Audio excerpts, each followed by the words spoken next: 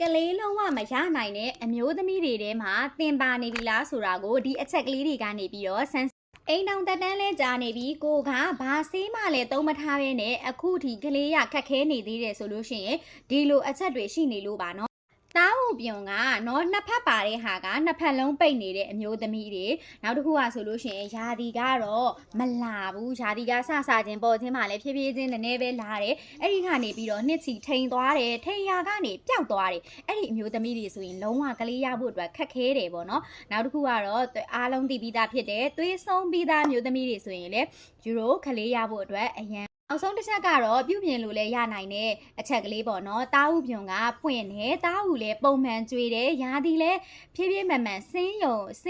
နေပေါ့နော်ဒါပေမဲ့ဘာဖြစ်လို့မရတာလဲဆိုရင်သူ့ရဲ့ကြွေလာတဲ့တားဥလေးတွေကမျိုးအောင်ခြင်းကိုမစွမ်းဆောင်နိုင်လို့လည်းဖြစ်နိုင်တယ်ပေါ့နော်ဒီလိုမျိုးအချက်ကလေးတွေမှာကိုကတစ်ချက်ဆက်နဲ့ညှိနေတယ်ဆိုလို့ရှိရင်တော့ဘေဘီလေးရဖို့အတွက်အခက်အခဲတွေရှိနိုင်တယ်ပေါ့နော်ဒီလိုမျိုးအခက်အခဲတွေရှိနေတဲ့ကိုကရာသီလေးအရှိရအချက်တွေတားဥပြုံပိတ်တဲ့သူတွေပြီးတော့သွေးဆုံးတဲ့လူတွေတကတော့ယာဒီလုံးဝပျောက်သွားတဲ့သူတွေပေါ့နော်လုံးဝပြန်ပေါ်ခြင်းမရှိတော့တဲ့သူတွေကတော့ရနိုင်စီအရန်နေပြီမဲ့နောက်ဆုံးတစ်ချက်ဖြစ်တဲ့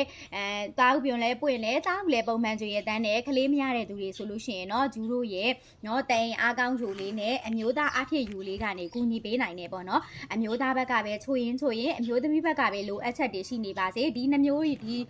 ယူလေးသုံးဆုံးကိုသာလာပိုင်းအတွင်းစားပေါ့နော်တလားစာလောက်သာမှီဝဲပေးတလားစာတစ်စုံလောက်မှီဝဲပေးတာနဲ့ကလေးရတဲ့ဦးကြီးကအရောက်ကိုထောင်ကျော်တောင်ရှိနေပြီဖြစ်တာမလို့စိတ်ချလက်ချနဲ့မိဝဲပေးနိုင်တယ်ပေါ့နော်အသေးစိတ်အချက်လက်တွေကိုယူရှိမှလာပြီးတော့တေချာလေးဆွေးနွေးနိုင်ပါတယ်ရှင်ဂျူကတော့ကျမရဲ့တအိမ်ကျမရဲ့ပြဿနာတွေကို sharing လုပ်ပေးနေတဲ့ဂျူပဲဖြစ်ပါတယ်ရှင်အားလုံးကိုကျေးဇူးတင်ပါတယ်